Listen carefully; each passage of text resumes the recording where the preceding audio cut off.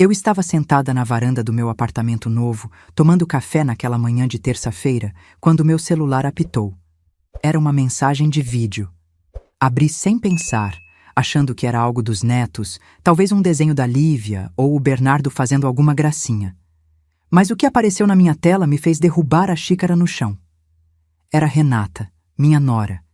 Ela estava no meu antigo quarto, aquele anexo da casa onde morei por 3 anos. Seus olhos estavam arregalados, o cabelo desgrenhado, e ela gritava enquanto rasgava minhas roupas, quebrava os porta-retratos, jogava minhas coisas pela janela.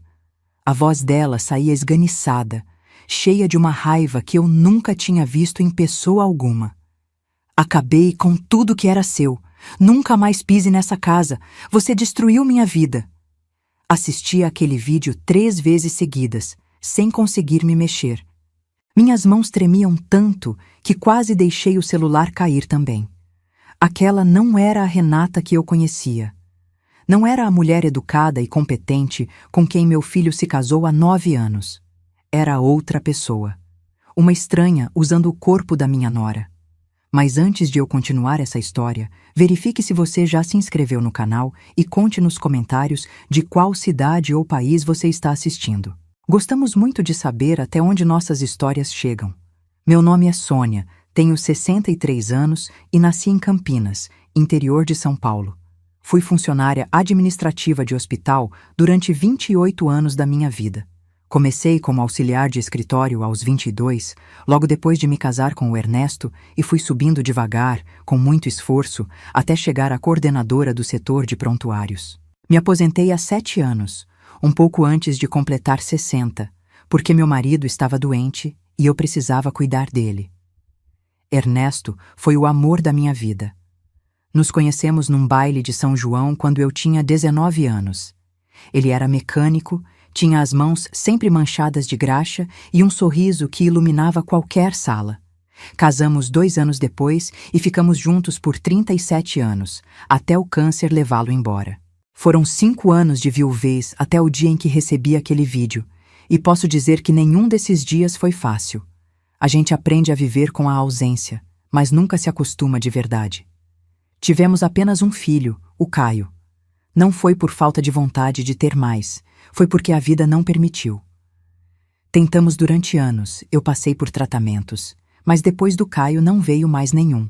Então, depositamos tudo nele, todo o nosso amor, toda a nossa dedicação.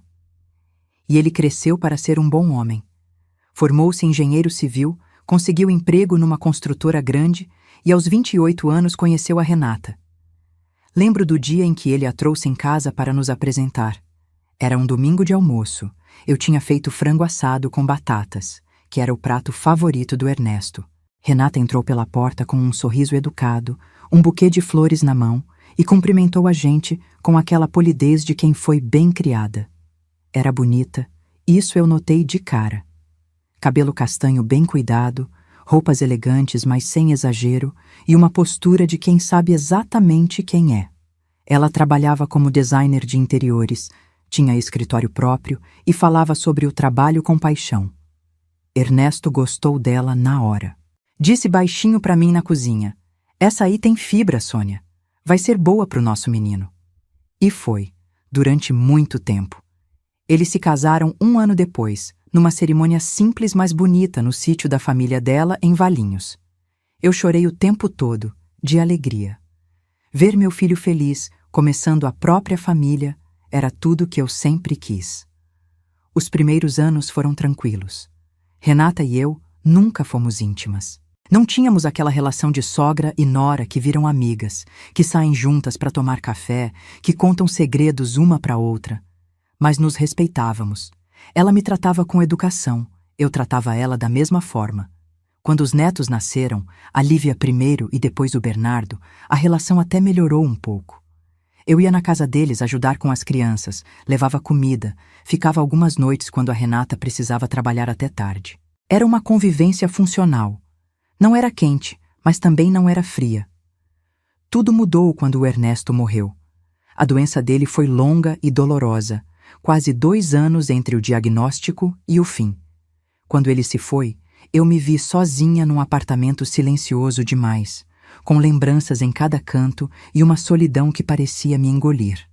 Passei os primeiros meses no piloto automático, fazendo as coisas mecânicas do dia a dia sem sentir nada de verdade. Foi o Caio quem sugeriu que eu fosse morar com eles. Disse que a casa tinha um anexo nos fundos, um quartinho com banheiro próprio que eles usavam como depósito e que podiam reformar para mim. Eu hesitei no começo. Não queria ser peso na vida de ninguém, não queria atrapalhar a rotina deles. Mas a verdade é que eu estava com medo de ficar sozinha. Medo de envelhecer naquele apartamento vazio, medo de um dia cair e não ter ninguém para me socorrer, medo de morrer dormindo e só descobrirem semanas depois pelo cheiro. Então, aceitei. Vendi meu apartamento, guardei o dinheiro para emergências e me mudei para o anexo da casa do meu filho. A Lívia tinha 3 anos na época. O Bernardo tinha apenas alguns meses. Eles ficaram felizes com a vovó por perto. E eu, pela primeira vez, desde que o Ernesto partiu, voltei a sentir que tinha um propósito. Renata aceitou bem a minha presença, pelo menos no começo. Conversamos antes da mudança, ela disse que eu era bem-vinda, que seria bom ter ajuda com as crianças e que o importante era todo mundo se respeitar. Estabelecemos regras. Eu não entraria na casa principal sem avisar, a não ser em emergência. Ela não entraria no meu anexo sem bater. Jantaríamos juntos algumas vezes por semana, mas não todas. Era um arranjo sensato e funcionou direitinho durante os 2 primeiros anos. Os netos foram minha salvação nesse período. A Lívia era uma menina esperta, curiosa, que vivia me fazendo perguntas sobre tudo. Vovó, por que o céu é azul? Vovó, de onde vem a chuva? Vovó, o vovô Ernesto está nas nuvens olhando pra gente? Eu respondia como podia. Às vezes inventava histórias e ela aceitava tudo com aquela fé cega que só as crianças têm. Já o Bernardo era mais quieto, mais grudado, gostava de sentar no meu colo para assistir desenho e ficar ali parado, só sentindo meu cheiro. Eu brincava que ele era meu netinho carrapato. O Caio trabalhava muito, saía cedo e voltava tarde, às vezes viajava por dias seguidos para acompanhar obras em outras cidades. Renata também tinha horários puxados, reuniões com clientes, visitas a lojas, prazos de projeto. Então eu acabava passando bastante tempo com as crianças, e isso me fazia feliz. Sentia que estava sendo útil, que minha presença ali fazia diferença na vida deles. Mas uma coisa é fato. Por mais harmoniosa que fosse a convivência, morar na casa dos outros nunca é a mesma coisa que ter seu próprio canto.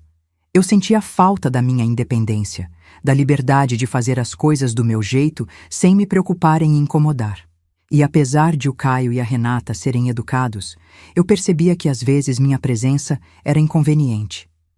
Um olhar de cansaço quando eu aparecia na cozinha numa hora errada. Um suspiro quando eu pedia para usar o carro para ir ao médico.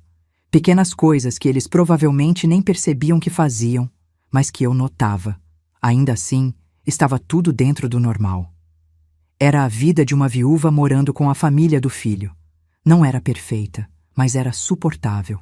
Até que, há cerca de 8 meses antes daquele vídeo, as coisas começaram a mudar.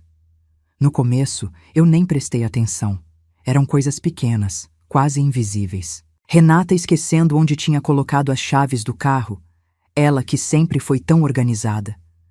Renata se irritando com a Lívia por causa de uma pergunta boba. Ela que sempre teve paciência de santa com os filhos. Renata acordando de madrugada e andando pela casa, porque eu escutava os passos dela do meu anexo. Eu racionalizei cada uma dessas coisas. Ela deve estar estressada com o trabalho, pensei. A demanda de projetos tinha aumentado muito. Ela mesma tinha comentado num jantar que estava aceitando mais clientes do que deveria. Ou então, era cansaço de mãe. 2 crianças pequenas sugam a energia de qualquer pessoa. Ou talvez fosse a idade, ela já tinha 34 anos, o metabolismo muda, os hormônios desregulam. Mas os sinais foram se acumulando. Renata passou a ter mudanças bruscas de humor que não faziam sentido. Num minuto, estava rindo com as crianças. No minuto seguinte, se trancava no quarto sem explicação. Ela começou a ficar mais calada durante os jantares, olhando para o prato com uma expressão vazia, como se não estivesse realmente ali. E mais de uma vez eu a peguei parada no meio de um cômodo, olhando para o nada, e quando eu perguntava se estava tudo bem, ela se assustava como se tivesse sido arrancada de um transe. Comentei com o Caio uma vez, com cuidado para não parecer que eu estava me intrometendo. Perguntei se ele tinha notado que a Renata estava diferente. Ele franziu a testa, pensou um pouco, e disse que ela mencionou estar muito cansada ultimamente, mas que era só isso. A senhora sabe como é o trabalho dela, mãe. Fim de ano é sempre corrido. Aceitei a explicação. O que mais eu podia fazer? Mas aí veio aquela noite de jantar que eu nunca vou esquecer. Era uma quinta-feira comum. A Renata tinha feito lasanha, que era uma das especialidades dela. Estávamos todos à mesa. Eu, o Caio, a Renata, a Lívia e o Bernardo. As crianças tagarelavam sobre coisas da escola, o Caio contava de um problema numa obra e eu ouvia mais do que falava, como sempre. Tudo normal. Então, do nada, eu senti um peso sobre mim. Sabe aquela sensação de que alguém está te encarando? Levantei os olhos do prato e encontrei os olhos de Renata fixos em mim. Mas não eram os olhos dela. Não eram os olhos educados e um pouco distantes que eu conhecia há 9 anos. Eram olhos frios, duros, cheios de algo que eu só posso descrever como hostilidade pura. Ela me olhava como se eu fosse uma intrusa, uma ameaça, alguém que ela precisava eliminar. Meu coração gelou. Fiquei paralisada, sem saber o que fazer ou dizer. Durou apenas alguns segundos, mas pareceu uma eternidade. E então, tão rápido quanto veio, passou. Renata piscou, olhou para Lívia que estava pedindo mais suco e sorriu com aquele sorriso normal dela. Claro, filha, deixa eu pegar. Ela se levantou como se nada tivesse acontecido. Serviu o suco, voltou a comer, entrou na conversa sobre a escola das crianças. Completamente normal. Eu passei o resto do jantar em silêncio, com o estômago embrulhado. Mal toquei na lasanha. Quando terminou, ajudei a recolher os pratos por puro hábito, mas minhas mãos tremiam um pouco. Ninguém pareceu notar. Aquela noite, deitada no meu quarto do anexo, eu fiquei olhando para o teto durante horas. Tentei me convencer de que tinha imaginado coisas, que era paranoia de velha, que eu estava ficando desconfiada demais. A Renata sempre foi uma boa pessoa. Um pouco fria às vezes, um pouco fechada, mas nunca hostil. Nunca me tratou mal. Por que ela me olharia daquele jeito? Mas por mais que eu tentasse racionalizar, algo dentro de mim sabia que não era imaginação. Algo tinha mudado. Algo estava errado naquela casa. E pela primeira vez em 3 anos morando ali, eu senti medo. Não medo de ladrão, de doença ou de acidente. Medo de algo que eu não conseguia nomear. Medo de uma ameaça que estava tão perto de mim que dormia do outro lado da parede. Naquela noite, eu não dormi direito. Fechei os olhos várias vezes, mas acordava com qualquer barulho, o coração disparado. E quando finalmente o sono veio, tive pesadelos confusos, com olhos frios me observando no escuro. Levantei no dia seguinte exausta, com olheiras fundas e uma sensação de peso no peito. Fui até a casa principal tomar café, como fazia todo dia. A Renata estava lá, arrumando a lancheira das crianças, de banho tomado e cabelo preso num rabo de cavalo. Ela me viu entrar e sorriu. Bom dia, dona Sônia. A senhora dormiu bem? A voz era gentil. O sorriso era normal. Não havia nenhum traço daquela hostilidade da noite anterior. Dormi sim, menti. E você? Ai, que noite boa de sono. Estava precisando. E foi isso. Nenhuma menção ao jantar, nenhum olhar estranho, nada. Era como se aquele momento simplesmente não tivesse existido. Fiquei confusa. Será que eu realmente tinha imaginado? Será que minha mente estava me pregando peças? Mas lá no fundo, numa parte de mim que eu tentava ignorar, uma vozinha insistia. Você não imaginou nada. Você sabe o que viu. E isso é só o começo. Depois daquela noite do jantar, eu tentei seguir a vida normalmente. Disse a mim mesma que estava exagerando, que uma mulher da minha idade não podia ficar criando fantasmas onde não existiam. A Renata era uma boa pessoa, uma boa mãe, uma boa esposa, uma profissional competente. Um olhar estranho durante uma refeição não significava nada. Talvez ela estivesse com dor de cabeça, ou pensando em algum problema do trabalho, ou simplesmente cansada. Pessoas cansadas fazem coisas estranhas às vezes, mas os dias foram passando e as coisas não melhoraram.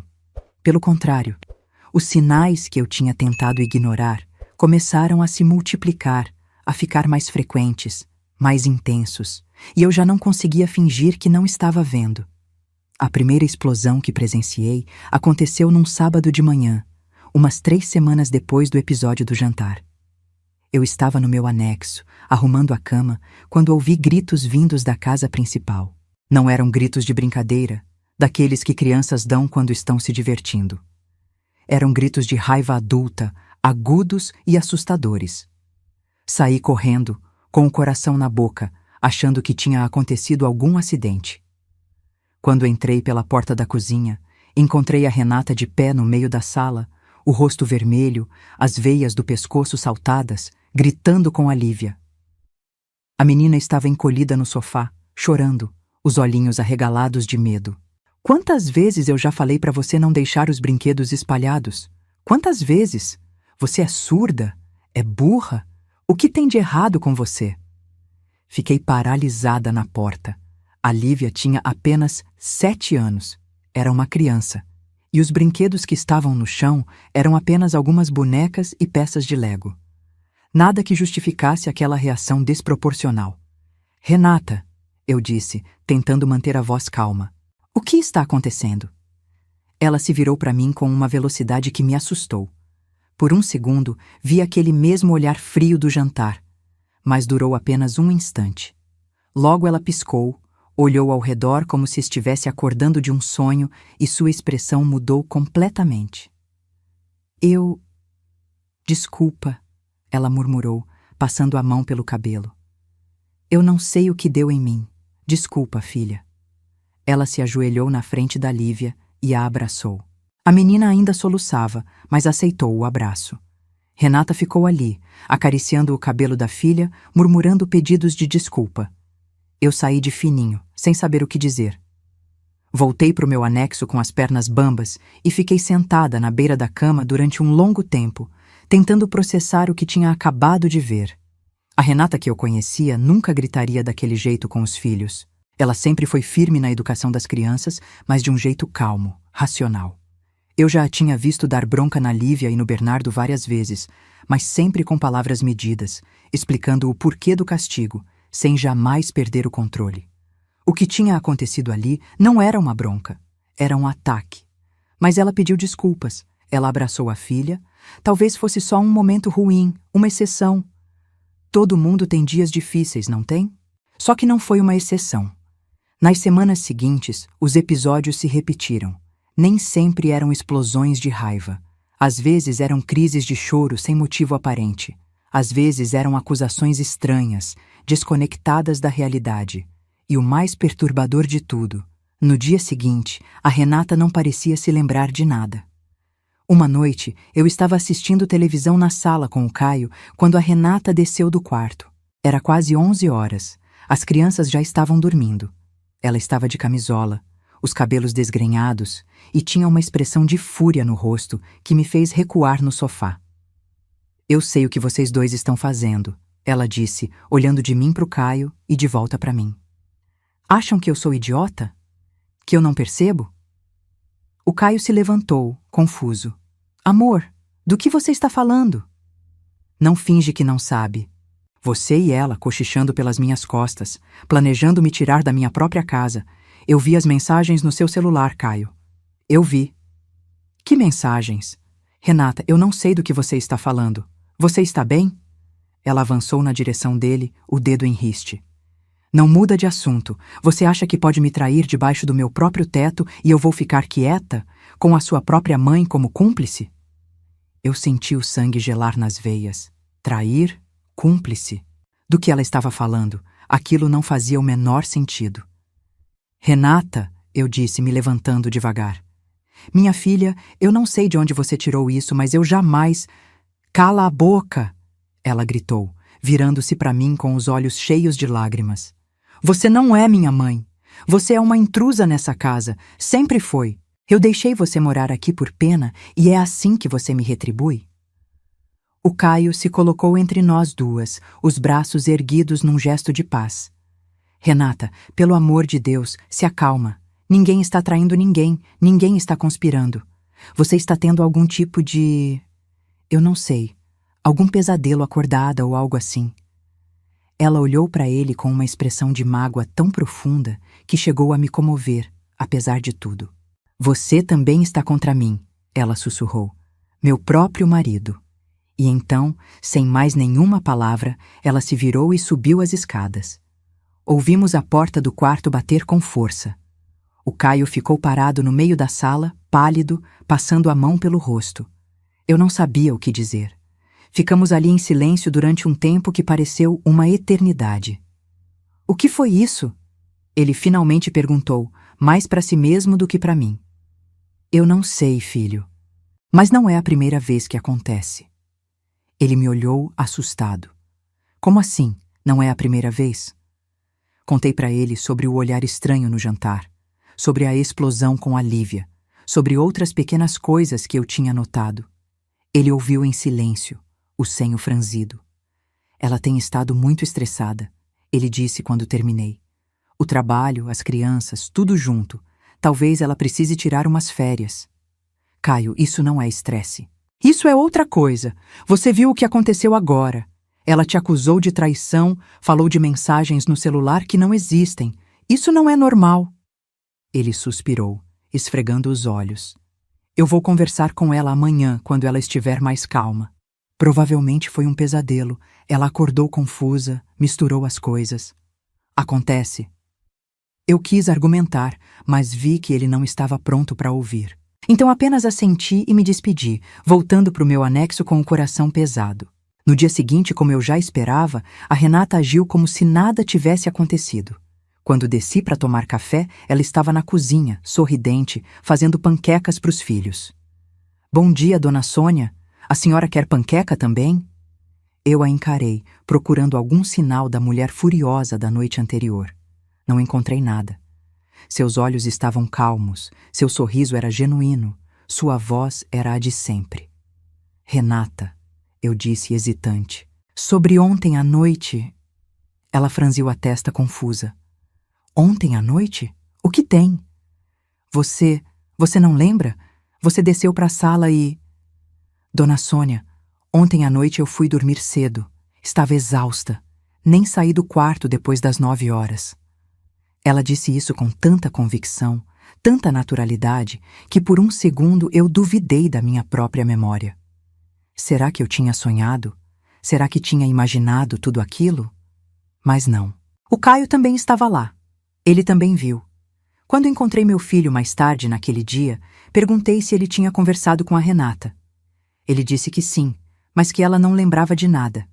Disse que deve ter sido sonambulismo, ou algo assim, que ia marcar uma consulta com o médico dela para ver se estava tudo bem.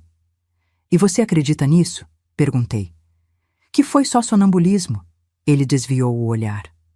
Eu não sei no que acreditar, mãe. Mas ela é minha esposa. Eu preciso confiar nela. Eu entendi o que ele quis dizer. Ele estava escolhendo acreditar na versão mais fácil, a que não destruía a imagem da mulher que ele amava. Eu não podia culpá-lo por isso. Se fosse eu no lugar dele, talvez fizesse a mesma coisa. Mas os episódios continuaram. E foram piorando. A Renata começou a direcionar sua hostilidade especificamente para mim. Não eram mais explosões gerais. Não eram mais acusações contra o Caio. Era eu o alvo principal. Uma tarde, eu estava brincando com o Bernardo no quintal quando ela apareceu na porta dos fundos. Ficou me observando durante um tempo, em silêncio, com aquela expressão vazia que eu já tinha aprendido a temer. Então disse, com uma voz baixa e gelada: Eu sei o que você faz quando ninguém está olhando. O quê? Perguntei, sentindo um frio na espinha. Você acha que eu não percebo, mas eu percebo tudo. Você está tentando roubar minha família, colocando meus filhos contra mim, colocando meu marido contra mim. Mas não vai conseguir. Eu não vou deixar. E então ela simplesmente entrou de volta na casa, como se não tivesse dito nada demais. Eu fiquei ali, abraçada ao Bernardo, tremendo. No dia seguinte, tentei conversar com ela sobre isso. Ela me olhou com genuína confusão e disse: Dona Sônia, eu nunca diria uma coisa dessas. A senhora está se sentindo bem? Às vezes, pessoas mais velhas começam a ter confusão mental, alucinações. Talvez a senhora devesse procurar um médico. Foi como levar um tapa na cara. Ela não só não lembrava do que tinha dito, como estava sugerindo que eu é que estava ficando louca. E o pior é que eu comecei a acreditar. Comecei a duvidar de mim mesma, da minha própria sanidade. Afinal, eu já tinha 63 anos. Minha mãe teve Alzheimer no fim da vida. Será que estava começando comigo também? Será que eu estava inventando coisas, criando conflitos onde não existiam, interpretando mal situações normais? Passei noites em claro, repassando cada episódio na minha cabeça, tentando encontrar explicações alternativas. Talvez eu estivesse exagerando. Talvez o olhar frio fosse só cansaço. Talvez as palavras hostis fossem brincadeiras que eu não entendi. Talvez. Mas então veio a noite que acabou com todas as minhas dúvidas. Era uma quarta-feira, por volta das 2 da manhã.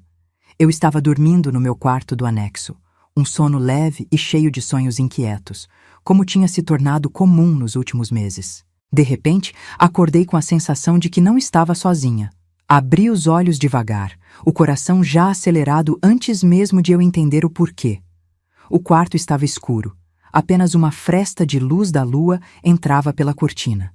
E ali, no canto do quarto, perto da porta, havia uma figura parada. Era a Renata. Ela estava de camisola branca, os cabelos soltos, completamente imóvel. E estava me olhando. Não estava me olhando. Estava me encarando.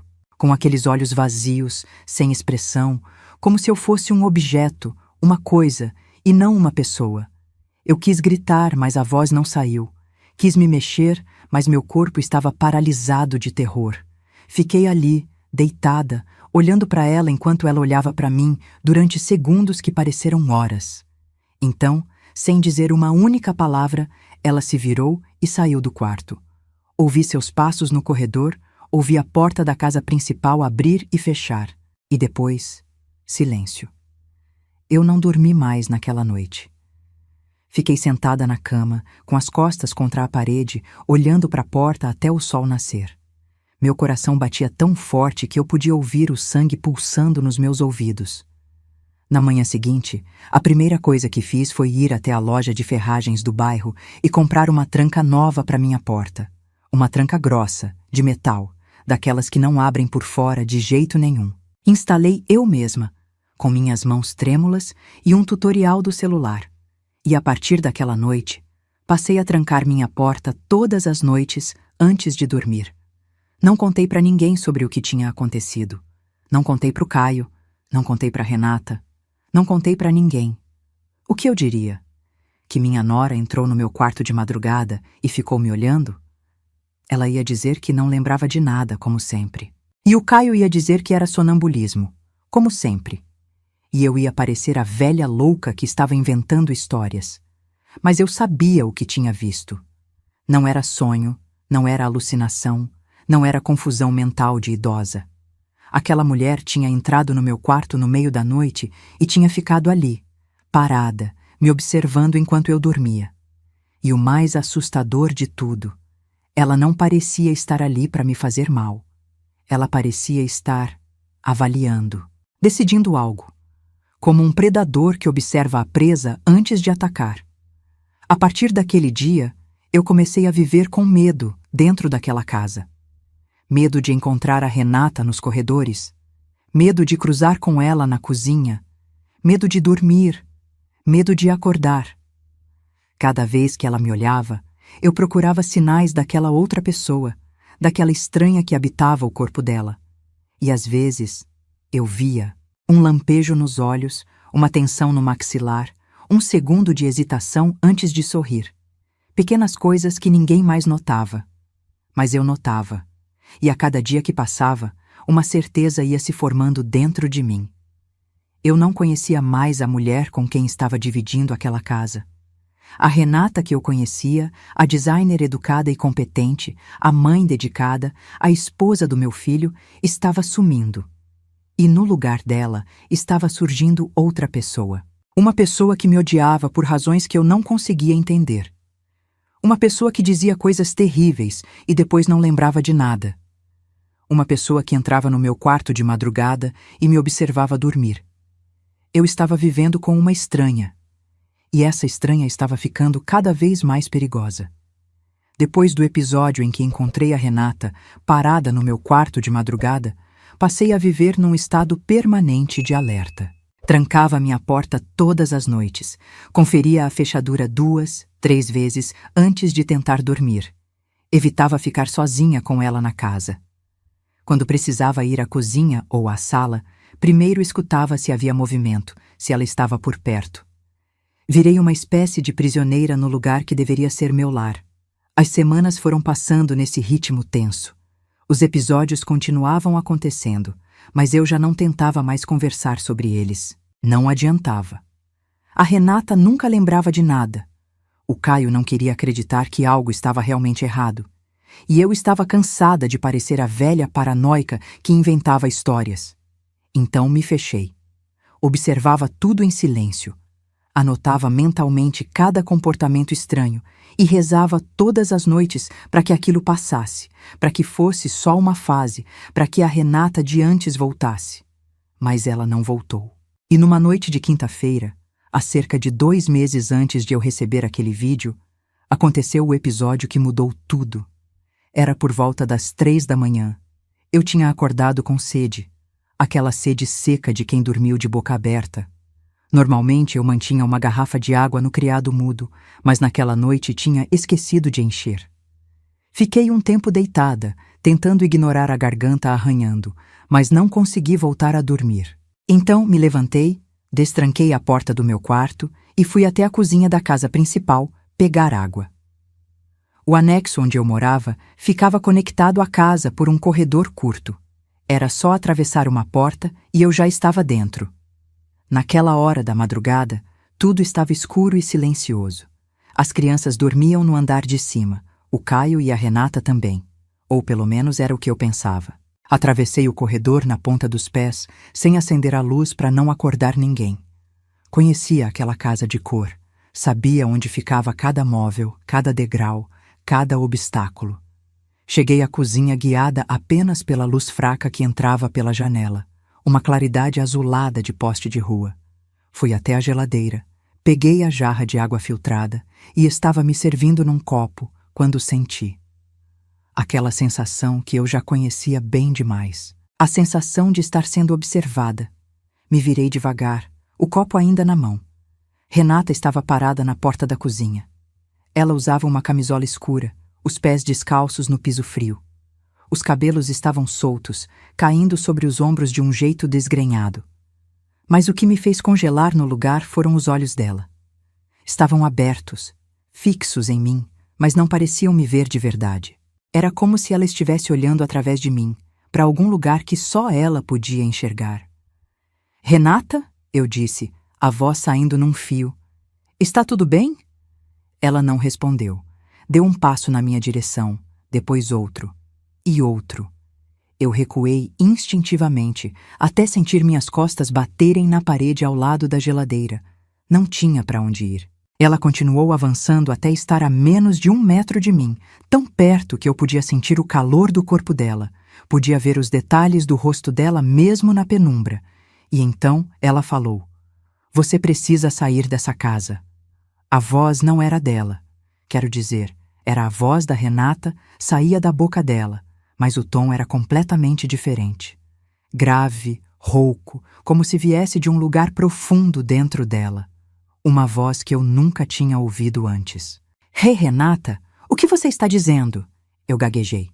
Ela inclinou a cabeça para o lado, me estudando como se eu fosse um inseto curioso. "Você precisa sair dessa casa antes que algo ruim aconteça. Eu não vou conseguir me controlar." "Controlar o quê? Renata, você está me assustando." "Eu sei." Ela disse isso com uma calma terrível, Por isso estou avisando, saia. Enquanto ainda pode. Ficamos ali, face a face, durante segundos que pareceram durar uma eternidade. Eu podia ouvir minha própria respiração, rápida e rasa. Podia sentir o suor escorrendo pelas minhas costas, apesar do frio da madrugada. Meu coração batia tão forte que eu tinha certeza de que ela podia ouvir. Então, tão subitamente quanto tinha começado, acabou. Renata piscou, relaxou os ombros e algo mudou na expressão dela. Foi como ver uma máscara cair. Por um instante, apenas um instante, ela pareceu confusa, desorientada, como se não soubesse onde estava ou como tinha chegado ali. Sem dizer mais nenhuma palavra, ela se virou e saiu da cozinha. Ouvi seus passos subindo a escada. Ouvi a porta do quarto dela abrir e fechar. E depois, silêncio. Eu não sei quanto tempo fiquei ali, encostada naquela parede, tremendo. Pode ter sido 5 minutos, pode ter sido meia hora.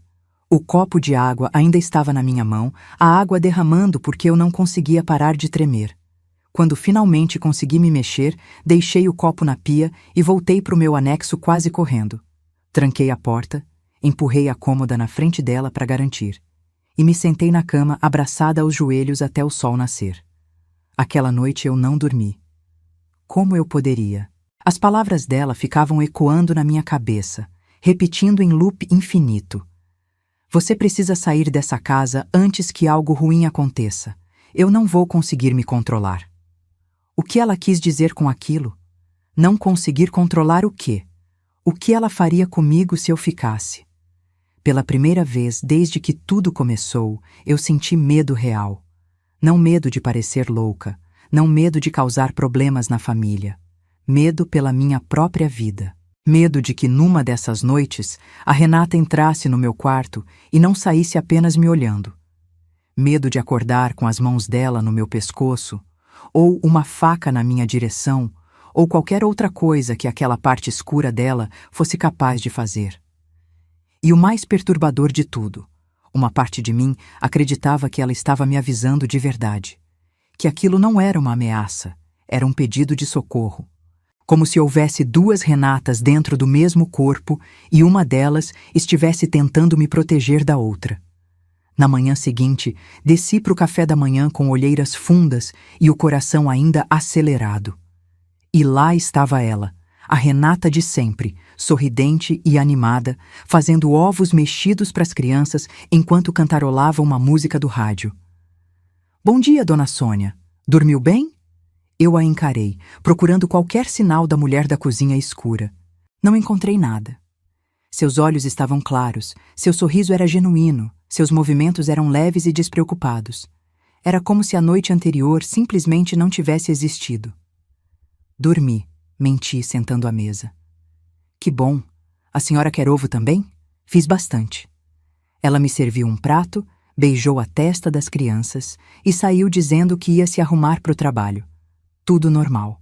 Tudo perfeitamente, absurdamente normal. Foi naquele momento, sentada naquela mesa, olhando para o prato de ovos mexidos que eu não conseguia comer, que tomei minha decisão. Eu precisava sair daquela casa. Não amanhã, não na semana que vem, não quando fosse conveniente. Eu precisava sair o mais rápido possível, antes que algo ruim realmente acontecesse. Não era raiva, não era mágoa, era puro instinto de sobrevivência. Assim que terminei de fingir que estava tomando café, voltei para o meu quarto e peguei o celular. Precisava pensar em quem poderia me ajudar. Não tinha muita família, o Ernesto era filho único e eu só tinha uma irmã que morava no Paraná e com quem mal falava.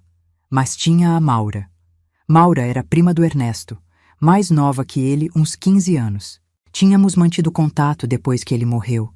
Ela me ligava de vez em quando para saber como eu estava, mandava mensagens em datas comemorativas. Era uma mulher boa, viúva também, que morava sozinha num apartamento no centro de Campinas. Eu sabia que ela tinha um quarto sobrando porque ela mesma tinha mencionado uma vez, brincando que eu deveria ir morar com ela para fazer companhia. Liguei para Maura com as mãos ainda trêmulas. Ela atendeu no terceiro toque, a voz sonolenta de quem ainda estava tomando café. Sônia, tudo bem? Maura, eu preciso de ajuda. Contei para ela uma versão resumida da situação. Não entrei em detalhes sobre os episódios da Renata, não falei sobre as frases estranhas ou a cena na cozinha. Disse apenas que a convivência estava ficando difícil, que eu precisava de um espaço meu e perguntei se ela conhecia algum apartamento pequeno para alugar na região. Ela ficou em silêncio por um momento, então disse: Sônia, esquece apartamento para alugar, vem ficar aqui comigo. Maura, eu não quero dar trabalho. Trabalho nada. Essa casa é grande demais para mim sozinha, você sabe disso. Tem um quarto aqui que está virando depósito de tralha. Seria bom ter companhia. Eu hesitei. Morar com outra pessoa de novo era exatamente o que eu estava tentando evitar. Mas a Maura era diferente. Era família, era alguém em quem eu confiava e, principalmente, era alguém que não me olhava com olhos de estranha no meio da noite. Você tem certeza? Perguntei. Absoluta. Quando você quer vir? O mais rápido possível. Combinamos que eu faria a mudança em 2 semanas. Tempo suficiente para eu organizar minhas coisas e comunicar ao Caio. Desliguei o telefone sentindo uma mistura estranha de alívio e culpa. Alívio por ter uma saída. Culpa por estar fugindo sem explicar o verdadeiro motivo. Conversar com o Caio foi uma das coisas mais difíceis que já fiz na vida. Escolhi um dia em que a Renata estava trabalhando até tarde para podermos conversar sozinhos. Ele chegou do trabalho por volta das 8 da noite, cansado como sempre, e estranhou quando eu pedi para conversar na sala. Aconteceu alguma coisa, mãe? Respirei fundo. Filho, eu vou me mudar. Ele me olhou como se eu tivesse falado em outro idioma. Mudar? Mudar para onde? A Maura me ofereceu para dividir o apartamento dela no centro. Tem um quarto sobrando e eu acho que seria bom para mim ter meu próprio espaço de novo. Mas, mãe, a senhora está bem aqui. A gente reformou o anexo para a senhora. As crianças adoram ter a avó por perto. Por que essa decisão de repente? Eu tinha ensaiado essa parte. Não é de repente, filho. Faz tempo que eu penso nisso. Eu agradeço muito tudo o que vocês fizeram por mim. Mas eu preciso da minha independência. Morar na casa dos outros, mesmo sendo família, não é a mesma coisa que ter meu próprio canto. A senhora, sua mãe, não me criou para ser dependente de ninguém. Ele ficou em silêncio, processando. Vi que ele queria argumentar, mas não sabia bem como. Foi alguma coisa que a gente fez? A Renata disse alguma coisa? A menção do nome dela fez meu estômago apertar. Não, filho, não foi nada disso. Vocês foram maravilhosos comigo. Isso é sobre mim, não sobre vocês. Era mentira, claro. Era tudo sobre a Renata. Sobre aquela mulher que aparecia no meio da noite com olhos vazios e voz de outra pessoa. Mas eu não podia dizer isso. Como eu explicaria algo que eu mesma não entendia? Como eu acusaria a esposa dele de algo que ela nem sequer lembrava de fazer? Seria minha palavra contra a dela. E no fim das contas, eu pareceria a vilã que estava tentando destruir o casamento do próprio filho. O Caio tentou me convencer a ficar durante os dias seguintes. Disse que iam sentir minha falta, que as crianças iam sofrer, que eu estava tomando uma decisão precipitada. A Renata, ironicamente, também tentou me dissuadir. Quando soube da mudança, veio falar comigo com uma expressão de preocupação genuína. Dona Sônia, a senhora não precisa ir embora. Se aconteceu alguma coisa, a gente pode resolver. Eu olhei para ela, para aqueles olhos que às vezes eram gentis e às vezes eram vazios como poços sem fundo, e senti uma tristeza imensa. Ela não sabia. Ela realmente não sabia o que fazia durante aqueles episódios. E de alguma forma, isso tornava tudo ainda mais triste. Está tudo bem, Renata. Eu só preciso do meu espaço. Nada contra vocês. Ela pareceu aliviada. Ah, que bom. Eu fiquei preocupada achando que tinha feito alguma coisa errada. Você fez. Eu quis dizer. Você me ameaçou na cozinha às 3 da manhã. Você entra no meu quarto de madrugada e fica me olhando dormir. Você diz coisas horríveis para mim e depois não lembra de nada. Mas eu não disse. Apenas sorri e disse que estava tudo bem. A mudança aconteceu num sábado de manhã. O Caio alugou uma caminhonete pequena e me ajudou a carregar as caixas. Não era muita coisa. Eu tinha aprendido a viver com pouco depois da viuvez. Roupas, livros, alguns objetos de valor sentimental, as fotos do Ernesto. Deixei no anexo os móveis maiores, algumas caixas com coisas que eu não precisava imediatamente e a decoração que a Renata tinha escolhido quando reformaram o quarto para mim. A parte mais difícil foi me despedir dos netos. A Lívia, com seus 7 anos, já entendia que a avó estava indo embora, mas não entendia o porquê. "Vovó, você não gosta mais da gente?" Ela perguntou, os olhinhos marejados. Me ajoelhei na frente dela e segurei suas mãos. "Meu amor, eu amo vocês mais do que tudo no mundo. A vovó só vai morar em outro lugar, mas vou continuar vindo visitar. Vou continuar ligando. Vocês podem ir me ver no apartamento novo. Não vai mudar nada." "Promete?" "Prometo." O Bernardo, com 4 anos, ainda não entendia direito o conceito de mudança. Ficou me abraçando e repetindo, tchau, vovó, como se eu estivesse só saindo para ir ao mercado. Talvez fosse melhor assim. Quando a caminhonete já estava carregada, olhei para aquela casa uma última vez. A casa onde meu filho morava com a família dele, onde meus netos estavam crescendo, onde eu tinha passado os últimos 3 anos da minha vida. Uma casa bonita, bem cuidada, cheia de memórias boas, e cheia também de memórias que eu preferia esquecer. A Renata estava na porta, sorrindo, acenando, perfeitamente normal, perfeitamente inofensiva. E eu me perguntei, não pela primeira vez, se eu estava fazendo a coisa certa. Se não estava exagerando, fugindo de fantasmas que só existiam na minha cabeça. Mas então, lembrei da voz dela na cozinha escura. "Você precisa sair dessa casa antes que algo ruim aconteça." E tive certeza de que estava fazendo a escolha certa. Chegamos ao apartamento da Maura por volta do meio-dia. Era um prédio antigo no centro de Campinas, sem elevador, no 3º andar. O apartamento era simples, mas aconchegante, com 2 quartos, sala, cozinha e um banheiro. Meu quarto dava para uma varanda pequena que tinha vista para a rua. Depois de descarregar as caixas e me despedir do Caio com um abraço apertado, fiquei sozinha pela primeira vez em muito tempo. A Maura tinha saído para nos dar privacidade. Disse que voltava mais tarde com algo para jantarmos. Sentei na cama do meu quarto novo, olhando para as caixas empilhadas e deixei as lágrimas caírem. Não eram lágrimas de tristeza exatamente. Eram lágrimas de exaustão, de alívio, de medo que finalmente podia ser solto. Eu tinha conseguido. Tinha saído daquela casa. Estava segura. Mas junto com o alívio veio a culpa.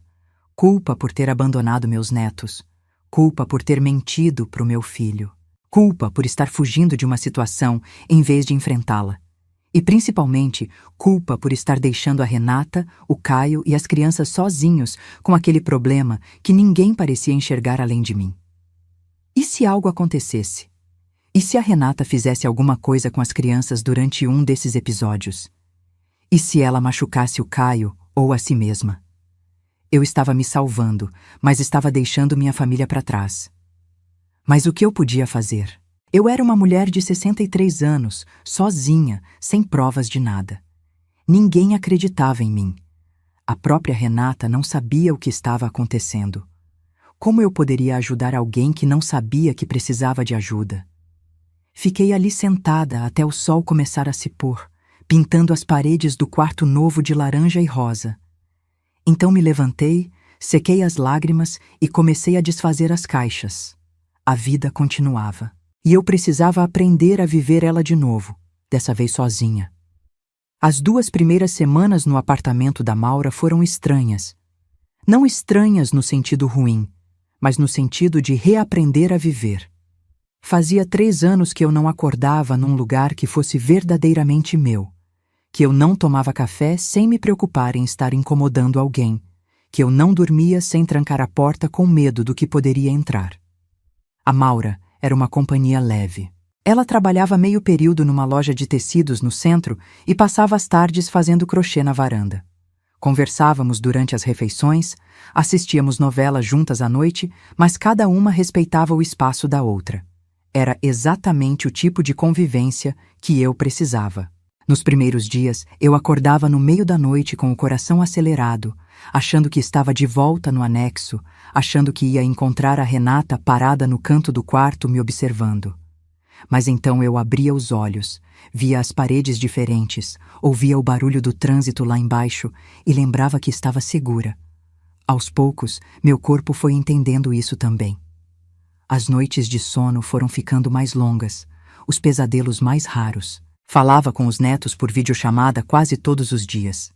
A Lívia me mostrava seus desenhos, o Bernardo fazia caretas para a câmera, e por alguns minutos eu conseguia esquecer de tudo o que tinha acontecido. O Caio também ligava regularmente, perguntando se eu estava bem, se precisava de alguma coisa. Eu sentia que ele ainda estava magoado com minha decisão de sair, mas era educado demais para demonstrar. A Renata nunca aparecia nessas ligações. Eu via as sombras dela passando ao fundo às vezes, ouvia a voz dela chamando as crianças para alguma coisa, mas ela nunca vinha falar comigo. E eu não perguntava por ela. Era melhor assim. Naquela terça-feira, exatamente 2 semanas depois da minha mudança, o Caio me ligou para avisar que ia viajar a trabalho. Uma obra em Ribeirão Preto estava com problemas, ele precisava passar alguns dias lá para resolver. Perguntou se eu podia ficar de olho nas crianças, mesmo que de longe, caso a Renata precisasse de alguma coisa. Claro, filho. Qualquer coisa é só me ligar. Obrigado, mãe. Eu volto no sábado. Desliguei sem pensar muito naquilo. A Renata era perfeitamente capaz de cuidar das crianças sozinha. Ela fazia isso o tempo todo quando o Caio viajava. E eu estava longe agora. Não tinha mais como ajudar presencialmente mesmo que quisesse. O resto da semana passou tranquilo. Quarta-feira, quinta-feira, sexta-feira. Falei com os netos todas as noites. Eles pareciam bem. A Lívia reclamou que a mãe não deixou ela comer sorvete antes do jantar. O Bernardo mostrou um carrinho novo que tinha ganhado. Tudo normal. Então veio aquela manhã de sábado. Eu tinha acordado cedo, por volta das 6, como sempre. A Maura ainda dormia. Fui até a cozinha fazer café, peguei meu celular para ver se tinha alguma mensagem, e foi aí que vi. Uma notificação de vídeo. Número da Renata. Estranhei. A Renata nunca me mandava mensagens, muito menos vídeos. Abri sem pensar, achando que talvez fosse algo dos netos que ela estava repassando. O que apareceu na minha tela me fez derrubar a xícara no chão. Era o meu antigo quarto, o anexo onde eu tinha morado por 3 anos. Mas estava irreconhecível. A Renata estava no meio do cômodo, filmando a si mesma com o celular na mão estendida. O cabelo dela estava desgrenhado, os olhos arregalados, e ela gritava com uma voz que não parecia dela. Acabei com tudo que era seu. A câmera tremeu, enquanto ela se virava, mostrando a destruição ao redor. Minhas roupas, as que eu tinha deixado para trás, estavam rasgadas e espalhadas pelo chão. Os porta-retratos que ficavam na cômoda estavam quebrados, os vidros estilhaçados, brilhando na luz do celular. A cômoda em si estava tombada, as gavetas arrancadas. Pela janela aberta, eu podia ver que ela tinha jogado coisas para fora, pro quintal. Nunca mais pise nessa casa, ela continuou gritando, o rosto distorcido de raiva. Você destruiu minha vida, sua velha maldita, eu odeio você. Eu odeio você. O vídeo durou menos de 1 minuto, mas pareceu uma eternidade. Quando acabou, eu fiquei olhando para a tela preta do celular, incapaz de me mexer. Minhas mãos tremiam tanto que quase deixei o aparelho cair também, junto com os cacos da xícara. A Maura apareceu na porta da cozinha, assustada com o barulho. Sônia, o que aconteceu? Você está bem? Eu não consegui responder. Mostrei o celular para ela. Ela assistiu ao vídeo em silêncio, a mão sobre a boca, os olhos arregalados. Meu Deus! Ela sussurrou quando terminou. O que é isso? É a minha nora, eu disse, a voz saindo rouca. É a Renata. Sentamos juntas na mesa da cozinha, a Maura segurando minha mão enquanto eu tentava processar o que tinha acabado de ver. Era horrível, claro. Era assustador. Mas no meio de todo aquele choque e dor, havia também uma sensação estranha. Uma sensação de confirmação. Eu não estava louca. Eu não estava imaginando coisas. Não era paranoia de velha, não era confusão mental, não era Alzheimer precoce. Algo realmente estava muito, muito errado com a Renata. E agora eu tinha prova. Tentei ligar para o Caio, mas caía na caixa postal. Ele provavelmente ainda estava na estrada, voltando de Ribeirão Preto. Mandei uma mensagem pedindo que me ligasse assim que pudesse, que era urgente. Depois fiquei ali, esperando, sem saber o que fazer. A ligação veio quase 3 horas depois. A voz do Caio estava estranha, tensa, diferente de tudo que eu já tinha ouvido dele. Mãe, você recebeu o vídeo? Recebi. Filho, o que está acontecendo? Eu não sei. Ele parecia à beira das lágrimas. Eu cheguei em casa agora e encontrei... Mãe, o quarto da senhora está destruído. E a Renata, ela não lembra de nada. Como assim não lembra? Ela acordou hoje de manhã normal, foi fazer café e quando eu cheguei e perguntei o que tinha acontecido, ela não sabia do que eu estava falando. Ela foi até o anexo comigo e viu a destruição. E ela jura que não foi ela. Ela está desesperada, mãe. Ela está chorando, dizendo que alguém invadiu a casa, que não é possível que ela tenha feito isso. Eu fechei os olhos. Era o mesmo padrão de sempre. A Renata fazia coisas terríveis durante a noite e não lembrava de nada no dia seguinte. Filho, ela mandou um vídeo para mim. Ela mesma se filmou destruindo o quarto. Está no celular dela. Silêncio do outro lado da linha. Então, ouvi vozes abafadas, como se ele estivesse falando com alguém. Devia ser a Renata. Quando ele voltou, sua voz estava ainda mais abalada. Mãe, ela encontrou o vídeo no celular dela. Ela está assistindo agora. Ela... Meu Deus, ela não se reconhece. Ela está tendo um ataque de pânico. Eu podia ouvir, ao fundo, o som de alguém chorando. Não era um choro normal. Era um choro de desespero, de terror, o choro de alguém que acabou de descobrir algo assustador sobre si mesma. Caio, você precisa levar ela num médico, num psiquiatra. Isso não é normal. Isso não é estresse, não é cansaço, não é sonambulismo. Tem alguma coisa muito errada acontecendo com ela. Eu sei, ele disse, a voz quebrando. Eu sei, mãe. Eu devia ter te ouvido antes. Você tentou me contar e eu não quis acreditar. Não era hora de falar, eu avisei. Não era hora de cobranças. O importante agora é ela receber ajuda, filho. Leva ela no médico. Faz isso hoje. Vou fazer. Eu vou ligar para você depois. Ele desligou e eu fiquei ali, segurando o celular, sentindo um turbilhão de emoções que eu não conseguia separar. Medo, alívio, tristeza, raiva, compaixão. Tudo misturado, tudo ao mesmo tempo. Os dias seguintes foram de espera angustiante. O Caio me mandava mensagens curtas, atualizando a situação. Renata foi levada a um psiquiatra de emergência no mesmo sábado. Ficou em observação por 2 dias. Passou por avaliações, exames, entrevistas longas. As crianças ficaram com uma vizinha de confiança enquanto os pais lidavam com a crise.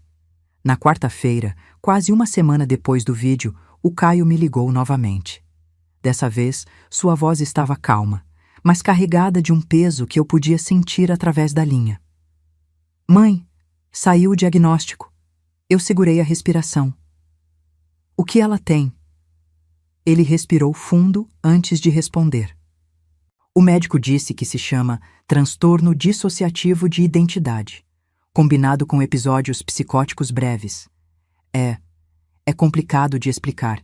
Tem a ver com trauma, com coisas que aconteceram no passado dela e que ela suprimiu. Em situações de estresse intenso, ela entra num estado alterado de consciência, uma espécie de outra personalidade que assume o controle. E depois, quando volta ao normal, ela não lembra de nada do que fez. Eu ouvi em silêncio, tentando absorver aquelas informações. Transtorno dissociativo, episódios psicóticos, trauma suprimido. Eram palavras pesadas, palavras de doença séria.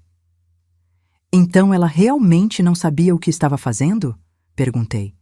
Não, mãe, ela não sabia. O O médico explicou que nesses estados dissociativos é como se fosse outra pessoa comandando. A Renata de verdade, a que a gente conhece, não tem acesso a essas memórias. Para ela, é como se não tivesse acontecido. Uma parte de mim sentiu raiva. Raiva de ter passado meses vivendo com medo, sendo ameaçada, sendo tratada como inimiga, enquanto todo mundo achava que eu estava imaginando coisas. Mas outra parte de mim, uma parte maior, sentiu uma tristeza profunda. Pela Renata. Por essa mulher que estava lutando contra demônios que nem ela mesma conhecia. E o trauma? Perguntei. Que trauma é esse? Houve uma pausa longa. Quando o Caio falou novamente, sua voz estava embargada. Eu liguei para a mãe dela para contar do diagnóstico. A dona Marta. E ela... Mãe, ela sabia. Ela sabia de tudo. Como assim sabia? A Renata teve episódios parecidos quando era adolescente. Depois de sofrer abuso do padrasto. O ar saiu dos meus pulmões como se alguém tivesse me dado um soco no estômago. Abuso? O padrasto dela, o segundo marido da dona Marta, abusou da Renata durante anos, dos 11 aos 14 anos. Quando finalmente descobriram, a Renata começou a ter esses episódios. Crises violentas, amnésia, comportamentos que ela não lembrava depois. Ela foi tratada por um tempo, tomou medicação, fez terapia. Depois de alguns anos, os episódios pararam e a família decidiu nunca mais tocar no assunto. Acharam que se fingissem que não tinha acontecido, se nunca mais falassem nisso, ela estaria curada. Eu não conseguia falar. Minha mente tentava processar o que eu estava ouvindo. A Renata, aquela mulher controlada e competente, tinha sido abusada na infância. Tinha tido uma doença mental séria que foi tratada e depois varrida para debaixo do tapete. E agora, décadas depois, tudo estava voltando. A dona Marta escondeu isso de todo mundo, Caio continuou. De mim, do Renata atual, de todo mundo. Ela achou que estava protegendo a filha, mas o médico disse que esse tipo de trauma não desaparece só porque a gente finge que não existe. Ele fica lá, esperando. E quando o estresse fica grande demais, quando as defesas psicológicas não aguentam mais, ele volta. O estresse dos últimos anos, eu disse, começando a entender. As crianças pequenas, o trabalho, a pandemia, a morte do Ernesto, eu morando lá. Tudo isso junto foi demais para ela. O sistema dela entrou em colapso. E essa outra parte dela, essa parte que surgiu para protegê-la do abuso quando ela era criança, voltou. Só que agora, essa parte via ameaças onde não existiam. Via a senhora como inimiga. Via todo mundo como potencial agressor. Fiquei em silêncio por um longo tempo. A Maura, que estava sentada ao meu lado ouvindo tudo, segurava minha mão com força. E agora? Perguntei finalmente. O que acontece agora? Tratamento, muito tratamento, medicação para estabilizar, terapia especializada em trauma, acompanhamento psiquiátrico regular. O médico disse que é um processo longo, de anos talvez, mas que com o tratamento certo, ela pode melhorar. Pode aprender a integrar essas partes dela, a processar o trauma de forma saudável. E vocês? Você e as crianças? A gente vai ficar junto. Eu amo ela, mãe. Eu casei com ela para a vida toda, nos bons e maus momentos. Isso é um momento mau, mas não é culpa dela. Ela é vítima tanto quanto qualquer um de nós. Eu senti lágrimas escorrendo pelo meu rosto. Lágrimas de alívio, de tristeza, de compaixão. Tudo junto. E a senhora, mãe? Ele perguntou, a voz hesitante. A senhora consegue perdoar ela, sabendo de tudo isso? Era uma pergunta difícil. Durante meses, eu tinha vivido com medo daquela mulher. Tinha sido ameaçada, humilhada, tratada como inimiga. Tinha fugido da minha própria casa por causa dela. E agora eu descobria que nada daquilo era culpa dela. Que ela estava doente, sofrendo, lutando contra monstros que tinham sido plantados nela quando era apenas uma criança.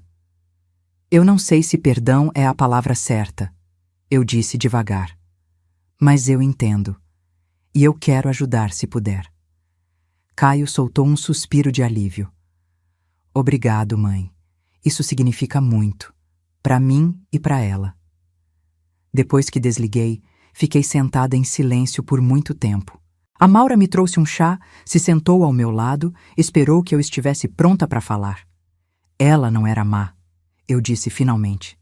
Esse tempo todo, eu achei que ela me odiava, que tinha alguma coisa em mim que despertava o pior nela. Mas não era isso. Ela estava doente, estava sofrendo e ninguém sabia. Você não tinha como saber, Sônia. Ninguém tinha. Eu sei, mas ainda assim, eu fugi. Deixei ela lá, sozinha com aquilo dentro dela, sem ajuda, sem tratamento. Se eu tivesse insistido mais, se eu tivesse forçado o Caio a prestar atenção...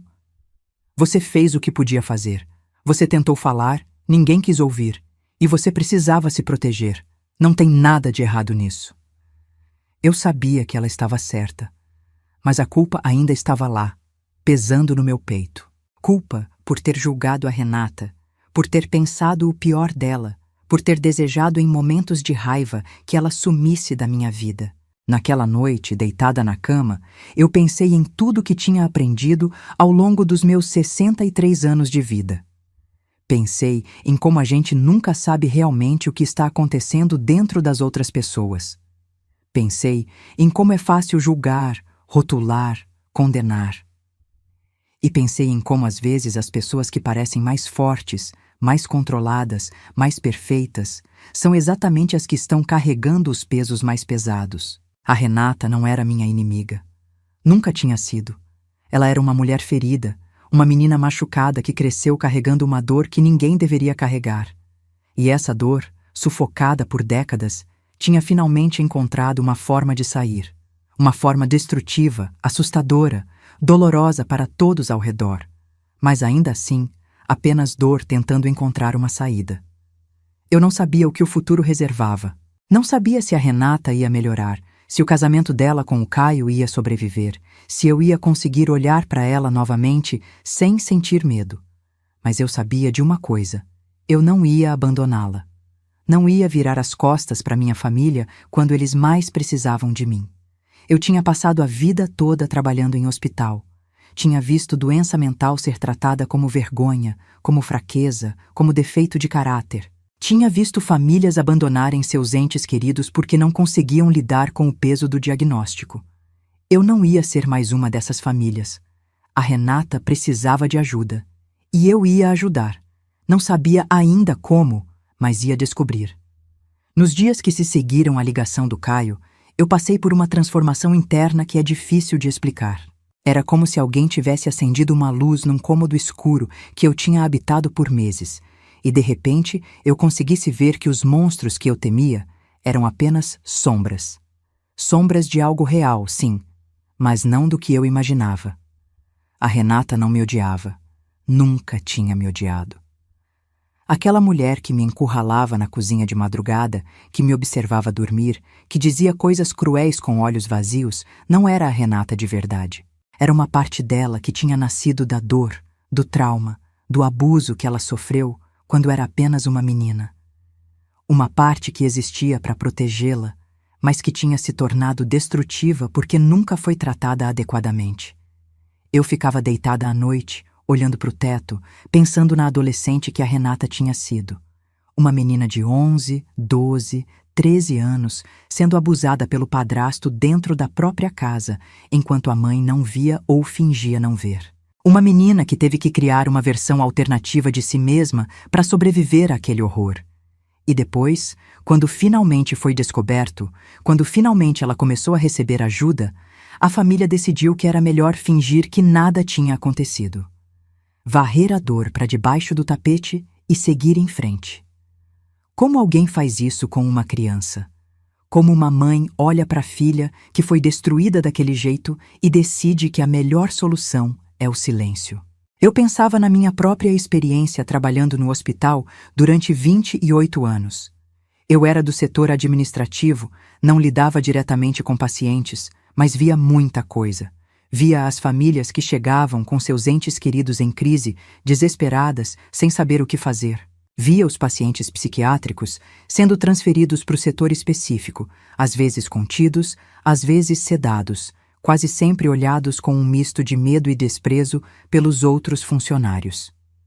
Lembro de uma vez, ainda no começo da minha carreira, quando uma mulher foi internada depois de tentar se jogar da janela do apartamento. Ela tinha depressão grave, tinha perdido um filho pequeno em acidente de carro e simplesmente não conseguiu aguentar a dor. Eu estava no corredor quando a família dela chegou para a visita. O marido entrou, mas os pais dela ficaram na recepção. Ouvi a mãe dizer, baixinho, mas não baixinho o suficiente, que tinha vergonha de entrar lá, que não queria que ninguém soubesse que a filha estava internada num lugar daqueles. Vergonha. Era sempre vergonha. Como se doença mental fosse um defeito de caráter, uma falha moral, algo que a pessoa escolheu ter. Como se a mulher que tentou se jogar da janela tivesse acordado um dia e decidido, sabe de uma coisa? Acho que vou ficar louca. Eu não queria ser como aquela mãe na recepção. Eu não queria ser alguém que vira as costas para a família quando eles mais precisam. E eu não queria passar o resto da vida carregando raiva de uma mulher que estava sofrendo tanto quanto eu, talvez até mais. Uma semana depois do diagnóstico, o Caio me ligou perguntando se eu podia ir até a casa deles. A Renata estava estável, tinha começado a medicação e queria me ver. Queria pedir desculpas pessoalmente. Eu aceitei, mas confesso que fui com o coração apertado. Não sabia como ia reagir ao ver ela.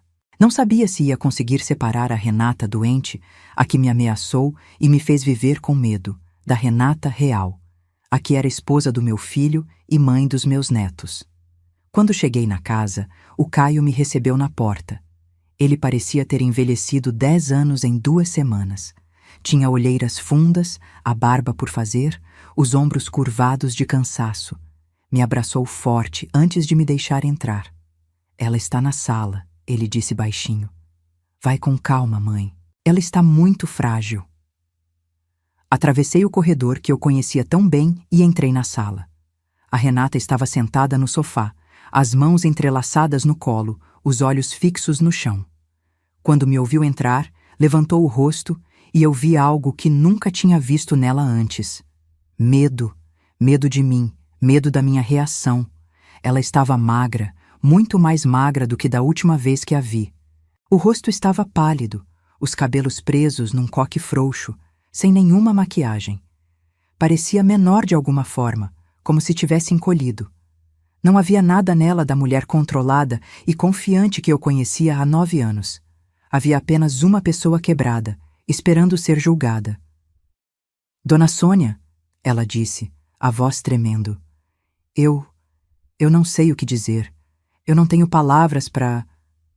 Ela não conseguiu terminar. As lágrimas começaram a escorrer pelo rosto dela, silenciosas, e ela baixou a cabeça de novo, como se não suportasse me olhar nos olhos. Eu fiquei parada ali por um momento, olhando para ela. E então fiz algo que nem eu mesma esperava. Atravessei a sala, me sentei ao lado dela no sofá e a abracei. No começo ela ficou rígida, surpresa. Depois seu corpo inteiro começou a tremer, e ela se agarrou em mim como uma criança se agarra à mãe depois de um pesadelo. Chorou no meu ombro durante um longo tempo, soluçando, pedindo desculpas entre os soluços, repetindo que não sabia, que não lembrava, que nunca quis me machucar. Eu sei, eu disse afagando os cabelos dela. Eu sei que não foi você. Está tudo bem, vai ficar tudo bem. Não sei quanto tempo ficamos ali, abraçadas no sofá. O Caio observava da porta, os olhos marejados. Quando finalmente nos separamos, a Renata me olhou com uma expressão de incredulidade. Por que a senhora está sendo tão boa comigo, depois de tudo que eu fiz? Porque você não fez nada, Renata. Você estava doente. Ainda está. E doença a gente trata, não condena. A partir daquele dia, eu me tornei parte ativa do tratamento da Renata. Não voltei a morar com eles, isso não seria bom para ninguém. Mantive meu quarto no apartamento da Maura, minha independência, meu espaço. Mas estava presente sempre que precisavam de mim. Acompanhei a Renata em várias consultas com o psiquiatra. No começo, ela ficava constrangida com minha presença, mas depois começou a se sentir mais segura sabendo que tinha alguém ali para apoiá-la. O médico explicava o tratamento, os efeitos da medicação, as etapas da terapia, e eu ouvia tudo com atenção, fazendo anotações no celular para não esquecer. Passei a pesquisar sobre transtorno dissociativo de identidade nas minhas horas livres. Lia artigos, assistia vídeos de especialistas, entrava em grupos de apoio online para familiares de pessoas com o diagnóstico. Queria entender o que a Renata estava passando, queria saber como ajudar da melhor forma possível, e cuidava dos netos sempre que necessário. Nos dias em que a Renata estava muito mal, muito medicada ou muito exausta para dar conta das crianças, eu ia até lá e assumia. Levava a Lívia para a escola, buscava o Bernardo na creche, fazia jantar, dava banho, contava histórias antes de dormir. As crianças não entendiam direito o que estava acontecendo com a mãe, só sabiam que ela estava doente e precisava descansar. Eu explicava da forma mais simples possível. A mamãe está com a cabeça cansada, então ela precisa de remédio e muito sono para melhorar. Houve um dia, cerca de 2 meses depois do diagnóstico, em que eu finalmente encontrei a mãe da Renata, a dona Marta. Ela tinha vindo de Valinhos para visitar a filha, provavelmente pressionada pelo Caio a aparecer depois de semanas de desculpas e adiamentos. Eu estava na cozinha quando ela chegou. Uma mulher de uns 65 anos, bem vestida, cabelos tingidos de loiro, postura ereta de quem quer parecer mais forte do que é. Ela me cumprimentou com um aceno frio e foi direto para a sala, onde a Renata a esperava. Fiquei na cozinha, lavando a louça do almoço, mas podia ouvir a conversa. A dona Marta falava sobre amenidades, sobre o tempo, sobre uma vizinha que tinha se mudado, evitando claramente qualquer assunto importante. A Renata respondia com monossílabos, a voz apagada. Não sei o que me deu. Talvez tenha sido a raiva acumulada, talvez tenha sido a indignação de ver aquela mulher fingindo que nada tinha acontecido. Mesmo agora, mesmo depois de tudo. Sequei as mãos no pano de prato, atravessei a sala e parei na frente da dona Marta. A senhora pode vir comigo 1 minuto? Preciso falar com a senhora em particular. Ela me olhou surpresa, mas se levantou e me seguiu até a varanda dos fundos. Fechei a porta atrás de nós para garantir que a Renata não ouvisse. Dona Sônia, o que... A senhora sabia, eu disse, interrompendo. Minha voz estava calma, mas firme. A senhora sabia o que aconteceu com a Renata quando ela era adolescente. Sabia dos episódios que ela teve. Sabia que ela precisava de tratamento e escondeu tudo. O rosto dela endureceu. Eu fiz o que achei melhor para minha filha. Não, a senhora fez o que era mais fácil para a senhora. Era mais fácil fingir que não tinha acontecido do que lidar com a verdade. Era mais fácil parar o tratamento e nunca mais tocar no assunto do que enfrentar o que aquele homem fez com ela debaixo do seu teto. Como a senhora se atreve? Eu me atrevo porque eu passei meses vivendo com medo da sua filha. Eu achei que estava ficando louca, que estava imaginando coisas, porque ninguém sabia que ela tinha uma doença séria que foi varrida para debaixo do tapete. A senhora quase destruiu a vida dela, dona Marta. A senhora quase destruiu a família do meu filho, e tudo porque tinha vergonha de admitir que sua filha precisava de ajuda. Ela ficou em silêncio, o rosto vermelho, os lábios apertados. Doença mental não é defeito de caráter, eu continuei. Não é vergonha, não é fraqueza, é doença. E doença se trata, não se esconde. A senhora deveria ter protegido a Renata, deveria ter garantido que ela continuasse o tratamento, deveria ter contado para o Caio antes do casamento o que ele estava assumindo. Mas não, a senhora preferiu o silêncio. E olha o resultado. Não esperei resposta. Abri a porta e voltei para dentro, deixando a dona Marta sozinha na varanda. Meu coração batia forte, minhas mãos tremiam um pouco. Mas eu não me arrependia de nada do que tinha dito. Às vezes a verdade precisa ser dita, mesmo que doa. Os meses seguintes foram difíceis. O tratamento da Renata não era uma linha reta de melhora constante. Havia dias bons, em que ela parecia quase a mesma de antes, conseguia trabalhar um pouco, brincar com as crianças, rir de alguma coisa na televisão. Mas havia também dias terríveis, em que a medicação precisava ser ajustada, em que ela mal conseguia sair da cama, em que o peso de tudo que estava descobrindo sobre si mesma parecia esmagá-la. Houve recaídas. 2 episódios dissociativos nos primeiros 6 meses, menos intensos que os anteriores, mas ainda assim assustadores.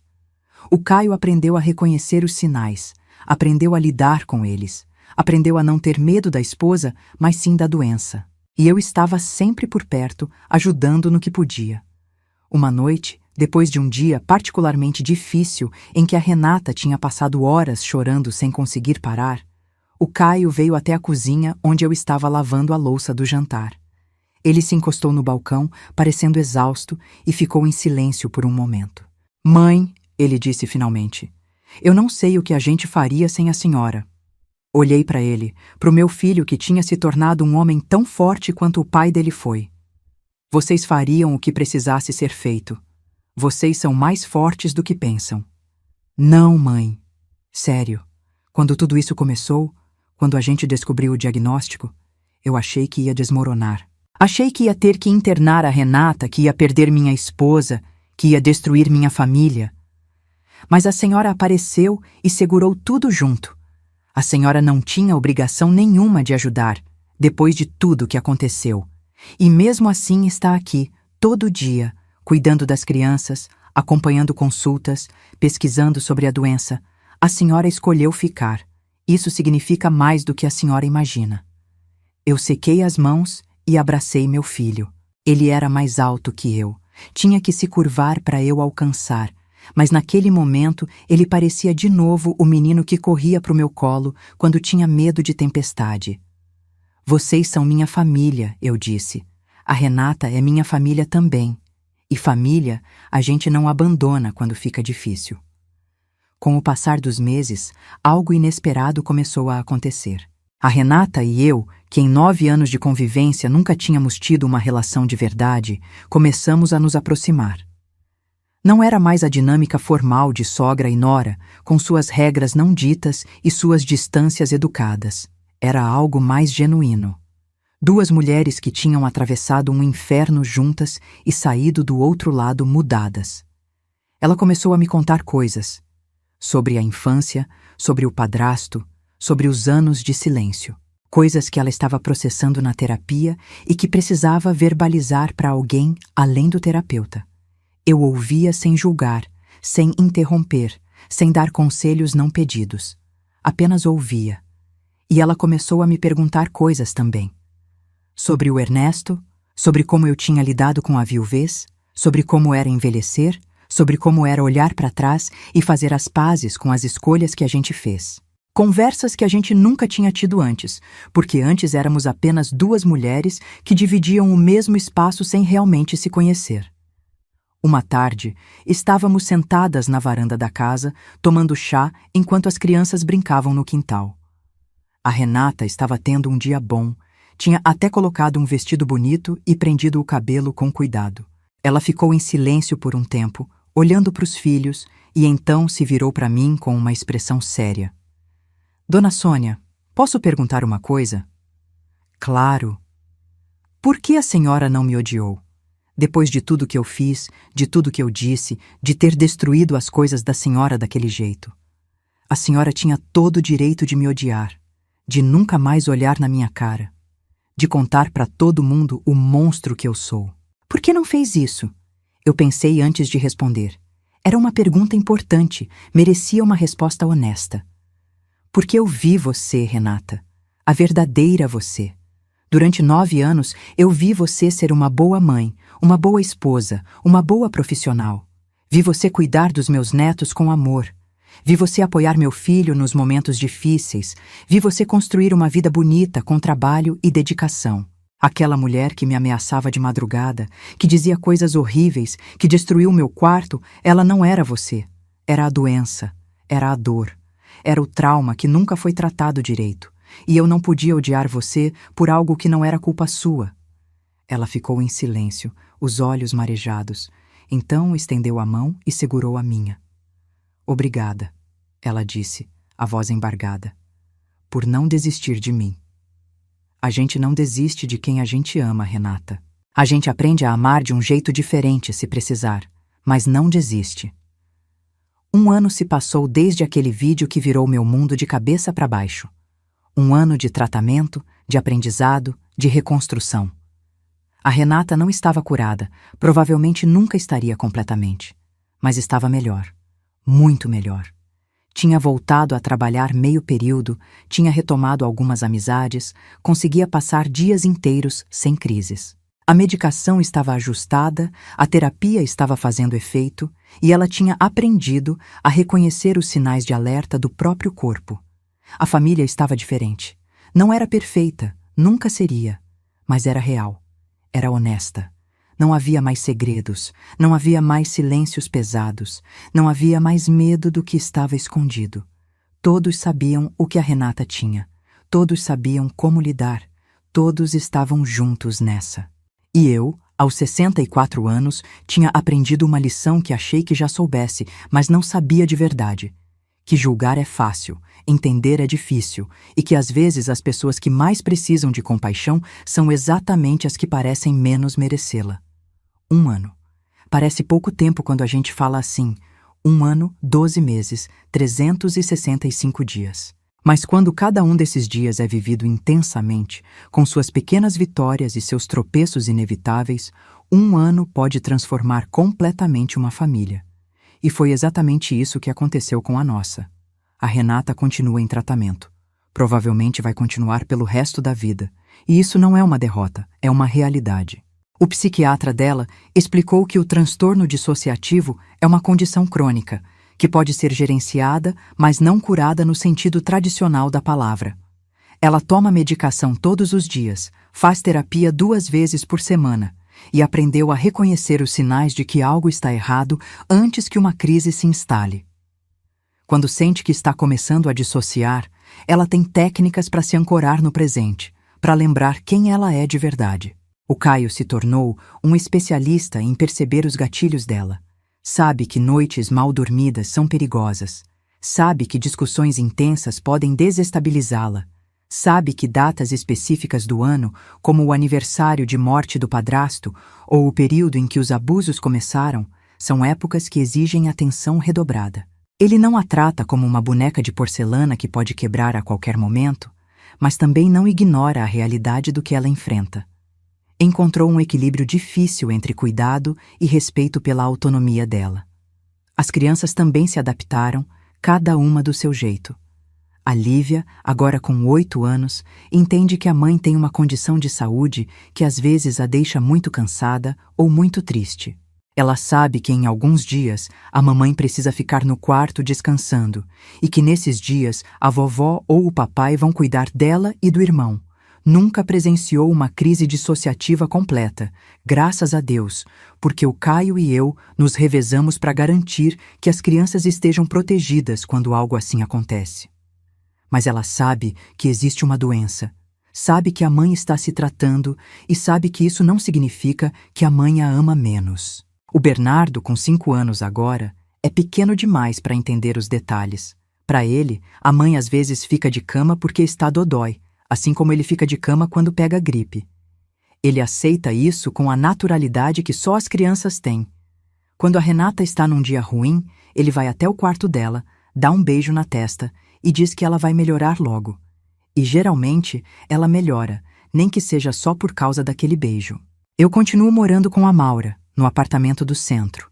Gosto da minha independência, gosto de ter meu espaço, gosto de poder acordar e dormir na hora que quero sem dar satisfação a ninguém. A Maura e eu nos tornamos verdadeiras amigas nesse tempo. Cozinhamos juntas, assistimos novelas juntas, reclamamos da política juntas. É uma companhia leve, sem cobranças, exatamente o que eu precisava nessa fase da vida. Mas agora, diferente de antes, minhas visitas à casa do Caio são frequentes e prazerosas. Vou lá pelo menos 3 vezes por semana, às vezes mais. Almoço com eles aos domingos, ajudo com as crianças quando necessário, tomo café da tarde com a Renata quando ela está se sentindo bem. Não há mais tensão quando atravesso aquela porta. Não há mais medo, não há mais desconfiança, não há mais aquela sensação de estar andando sobre cascas de ovo. Há apenas família. Imperfeita, machucada, mas unida. O quarto do anexo, aquele que foi meu por 3 anos e que a Renata destruiu naquela noite terrível, foi reformado. O Caio pintou as paredes de um azul claro, colocou móveis novos, transformou num espaço de brincar para os netos. Das coisas que eu tinha deixado lá, quase nada sobreviveu. Perdi fotos antigas do Ernesto que não tinham cópias, uma blusa de tricô que minha mãe tinha feito, um relógio de pulso que foi presente do meu pai. Coisas que doeram perder, não vou mentir. Mas a Renata, meses depois, me deu um porta-retratos novo com uma foto do Ernesto que o Caio tinha encontrado num álbum antigo. Não era a mesma foto, mas era ele, jovem, sorrindo. E eu entendi que algumas perdas podem ser transformadas em novas memórias. Os objetos se foram, mas o amor que eles representavam continua aqui, intacto. Às vezes, quando vou lá e vejo a Lívia e o Bernardo correndo por aquele cômodo, cheios de alegria, eu penso em como as coisas mudam. O lugar que um dia foi palco de tanta dor, agora é cheio de risadas de criança. O vídeo ainda existe. A Renata pediu para o Caio não apagar. No começo eu achei estranho, até perturbador. Por que alguém iria querer guardar um registro de um momento tão sombrio? Mas ela me explicou uma vez, durante uma de nossas conversas na varanda. Eu preciso lembrar de onde eu vim, Dona Sônia. Preciso lembrar do quão ruim as coisas ficaram quando eu não estava me tratando, quando a doença estava no controle.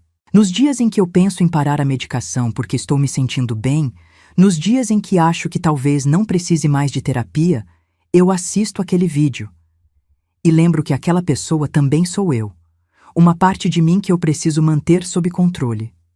O vídeo é meu lembrete de que o tratamento não é opcional. É o que me mantém sendo quem eu quero ser. Eu entendi. Era a mesma lógica de pessoas que guardam fotos de quando estavam no fundo do poço do alcoolismo ou das drogas. Um lembrete tangível de que a recuperação é um processo diário que não pode ser tomado como garantido.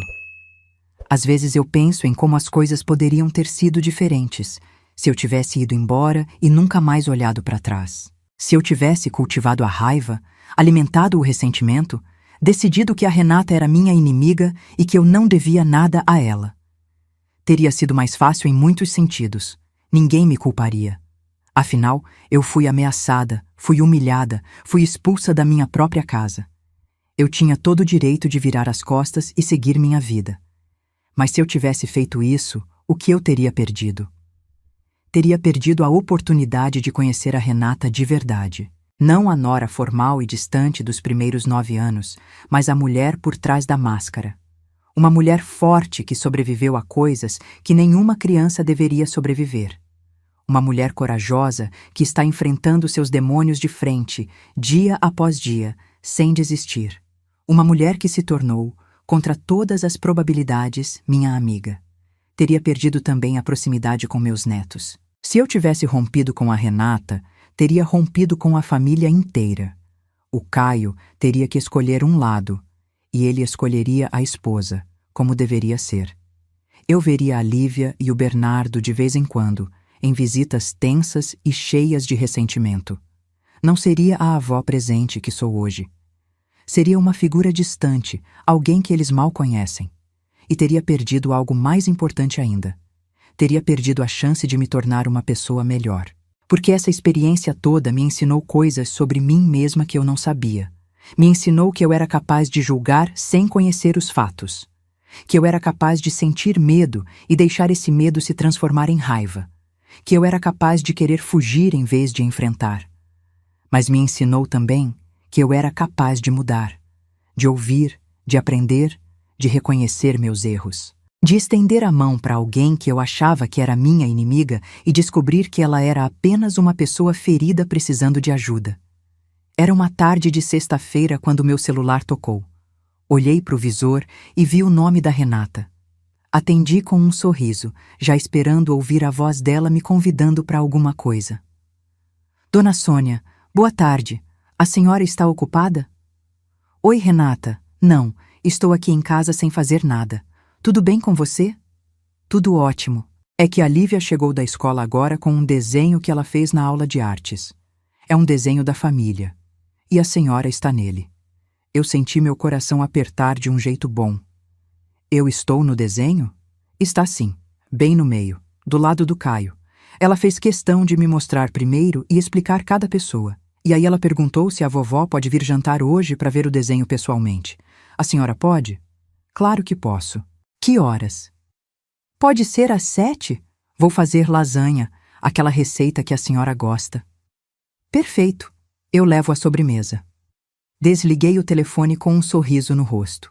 A Maura, que estava na sala fazendo crochê, me olhou curiosa. Boas notícias? As melhores. Vou jantar na casa do meu filho hoje. A Lívia fez um desenho da família na escola e eu estou nele.